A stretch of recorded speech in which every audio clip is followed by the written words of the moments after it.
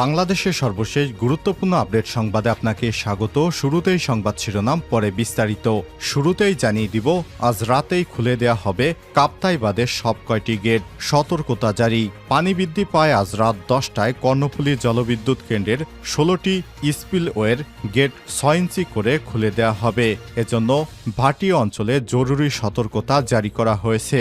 আর শনিবার 24 আগস্ট দুপুরে সব তথ্য নিশ্চিত করেছেন বাংলাদেশ জলবিদ্যুৎ উন্নয়ন বোর্ডের পিডিবির ম্যানেজার এটিএম আব্দুল জাহের। এরপর জানিয়ে দিব, সালমান এফ রহমান এবং আনিসুল হকের ফের 10 দিনের রিমান্ডের আবেদন। আইডিয়াল কলেজের প্রথম বর্ষের ছাত্র খালিদ হাসান সাইফুল্লাহ হত্যা মামলায় সাবেক প্রধানমন্ত্রী শেখ হাসিনার বেসরকারি শিল্প এবং বিনিয়োগ বিষয়ক উপদেষ্টা সালমান এফ রহমান এবং সাবেক আইনমন্ত্রী আনিসুল হকের ফের 10 দিনের রিমান্ড চেয়ে আবেদন করেছে পুলিশ। জানিয়ে দিব, দেশকে ইউরোপ বানাতে 5 বছরে বেশি সময় লাগবে না বলছেন ফরহাদ মজহার। বাংলাদেশকে ইউরোপের সমান বানাতে মাত্র 5 বছরে বেশি সময় লাগবে না বলে মন্তব্য করেছেন কবি, লেখক এবং গবেষক ফরহাদ মজহার। তিনি বলেছেন, অবশ্য তার জন্য প্রয়োজন আমাদের মানব সম্পদ সহ সব সম্পদকে যথাযথভাবে কাজে লাগানো। এদিকে শেখ হাসিনা সহ 221 জনের বিরুদ্ধে হত্যা মামলা। উত্তরা পূর্ব বিএনপির আহ্বায়ক কমিটির সদস্য মোহাম্মদ জসিমকে হত্যার অভিযোগে সাবেক প্রধানমন্ত্রী শেখ হাসিনা সহ 221 জনের বিরুদ্ধে হত্যা মামলা দায়ের করা হয়েছে। এদিকে ভুয়া সমন্বয়ক পরিচয়ে সাবির নিরাপত্তা কর্মকর্তাকে নির্যাতনের অভিযোগ। ভুয়া সমন্বয়ক পরিচয়ে শাহজালাল বিজ্ঞান এবং প্রযুক্তি বিশ্ববিদ্যালয়ের সাবিপ্রবি সিনিয়র নিরাপত্তা কর্মকর্তা মোহাম্মদ সাইফুল ইসলামকে নির্যাতনের অভিযোগ উঠেছে এক শিক্ষার্থীর বিরুদ্ধে।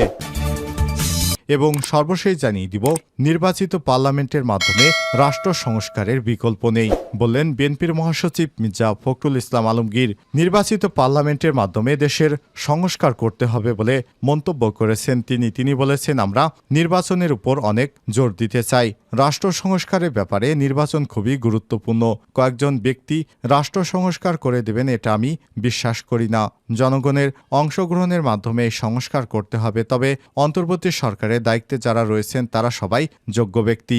আর জাতীয় প্রেস ক্লাবে আলোচনা সভায় প্রধান অতিথির বক্তব্যে এসব কথা বলেন বিএনপির মহাসচিব মির্জা ফখরুল ইসলাম আলমগীর। প্রিয় দর্শক, এতক্ষণ শুনছিলেন সংবাদ শিরোনাম, এবারে বিস্তারিত। তবে তার আগে বন্ধুরা, অনুরোধ থাকবে এই সংবাদটিতে একটি লাইক দিন। এই চ্যানেলে আপনি নতুন হয়ে থাকলে আমাদের সংবাদটি দেখতে দেখতে চ্যানেলটি সাবস্ক্রাইব করে রাখুন, যাতে করে বন্ধুরা আমাদের পরবর্তী লেটেস্ট আপডেট সংবাদগুলো সবার আগে আপনার কাছে পৌঁছে যায়। কমেন্ট করে আপনার মূল্যবান মতামত জানিয়ে দিন আপনি বিশ্বের কোন দেশ থেকে বা বাংলাদেশের কোন স্থান থেকে আমাদের সংবাদটি দেখছেন এবং শুনছেন। এবারে বিস্তারিত। রাতে খুলে দেয়া হবে কাপ্তাই বাঁধের সব কয়টি গেট, সতর্কতা জারি। পানি বৃদ্ধি পায় আজ রাত 10টায় কর্ণফুলী নদীর জলবিদ্যুৎ কেন্দ্রের 16টি স্পিলওয়ের গেট 6 ইঞ্চি করে খুলে দেওয়া হবে। এজন্য ভাটি অঞ্চলকে জরুরি সতর্কবার্তা দেওয়া হয়েছে। শনিবার 24 আগস্ট দুপুরে সব তথ্য নিশ্চিত করেছেন বাংলাদেশ বিদ্যুৎ উন্নয়ন বোর্ড পিডিবির ম্যানেজার এটিএম আব্দুল জাহের। এ সময় তিনি বলেছেন, কাপ্তাই লেকে 108 ফুট MSL পর্যন্ত পানি উঠলে বিপদ সীমার অবস্থা সৃষ্টি হয়। শনিবার 2টা পর্যন্ত পানি 107.63 ফুট পর্যন্ত উঠেছে। সন্ধ্যার মধ্যে পানি 108 ফুটে উঠে যাওয়ার সম্ভাবনা রয়েছে। অবস্থায় 16টি গেটে 6 ইঞ্চি করে ছেড়ে দেওয়া হবে। সবাই সাবধানে থাকুন। গত কয়েকদিনের ভারী বর্ষণ এবং উজান থেকে নেমে আসা পাহাড়ি ঢলে রাঙামাটির কাপ্তাই হ্রদে পানি বেড়ে সর্বোচ্চ ধারণ ক্ষমতা বা বিপদসীমার কাছাকাছি এসে পৌঁছেছে। পানি বিপদসীমার কাছাকাছি পৌঁছানোর ফলে হ্রদ সংলগ্ন নিম্নাঞ্চল প্লাবিত হয়েছে। ইতিমধ্যে কাপ্তাই হ্রদের পানিতে হ্রদের নিম্নাঞ্চলের অনেকের ঘরবাড়ি প্লাবিত হয়েছে বলে খবর পাওয়া গেছে। দ্রুত সময়ের মধ্যে কাপ্তাই বাঁধের পানি ছাড়ার ব্যবস্থা না করা হয় তবে কাপ্তাই হ্রদ সংলগ্ন অনেকের ঘরবাড়ি ক্ষতির সম্মুখীন হবে। এদিকে কাপ্তাই হ্রদের পানি বৃদ্ধি পাওয়াতে দেশের একমাত্র পানি বিদ্যুৎ কেন্দ্রের উৎপাদনও বৃদ্ধি পেয়েছে। বর্তমানে কেন্দ্রের দৈনিক 5টি ইউনিটে সর্বোচ্চ উৎপাদন হচ্ছে 219 মেগাওয়াট পর্যন্ত বিদ্যুৎ। সালমান এফ রহমান এবং আনিসুল হকের ফের 10 দিনের রিমান্ডের আবেদন। আইডিয়াল কলেজের প্রথম বর্ষের ছাত্র খালিদ হাসান সাইফুল্লাহ হত্যা মামলায় সাবেক প্রধানমন্ত্রী শেখ হাসিনার বেসরকারি শিল্প এবং বিনিয়োগ বিষয়ক উপদেষ্টা সালমান এফ রহমান এবং সাবেক আইনমন্ত্রী আনিসুল হকের ফের 10 দিনের রিমান্ড চেয়ে আবেদন করেছে পুলিশ। শনিবার 24 আগস্ট ঢাকার মেট্রোপলিটন ম্যাজিস্ট্রেট আদালতে তাদের উপস্থিতিতে রিমান্ডের বিষয়ে শুনানি হবে।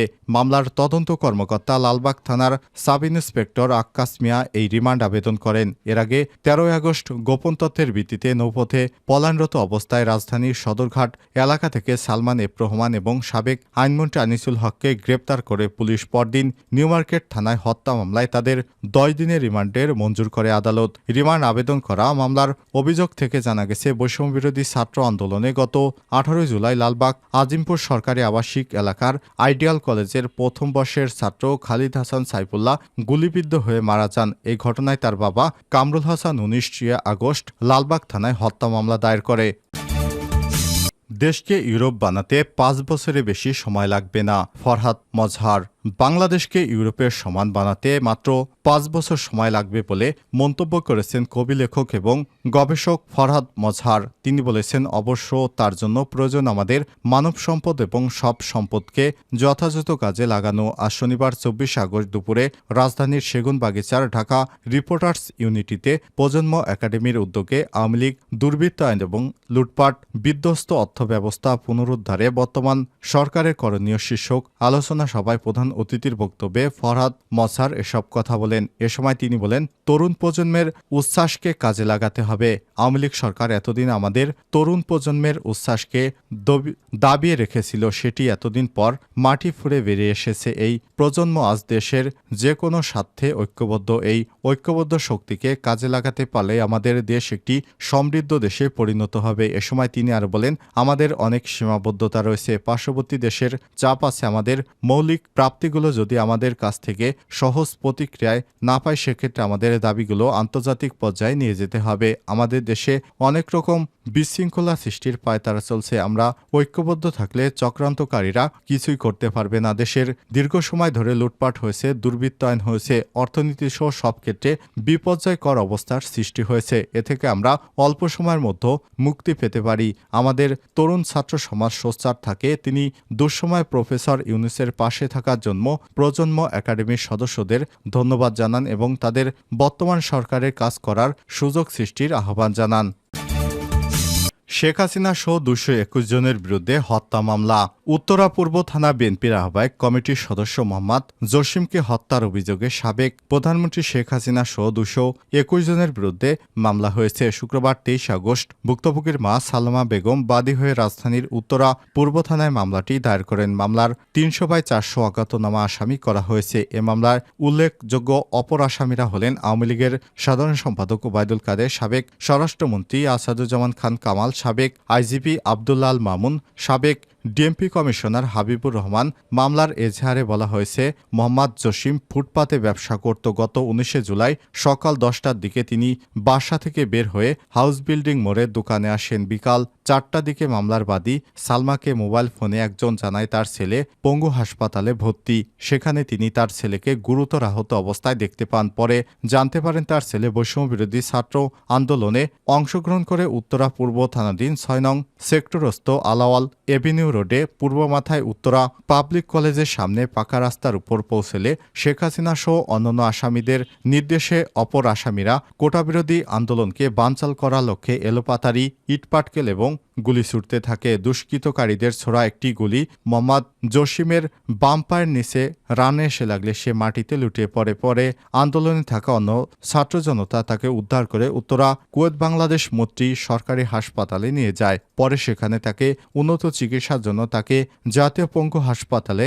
রেফার করা হয়। চিকিৎসা শেষে গত 24 জুলাই বিকেলে শান্তিবাগের বিএনকে হাসপাতালে নিয়ে গেলে সেখানকার কর্তব্যরত চিকিৎসক পরীক্ষা নিরীক্ষা করে তাকে মৃত ঘোষণা করে।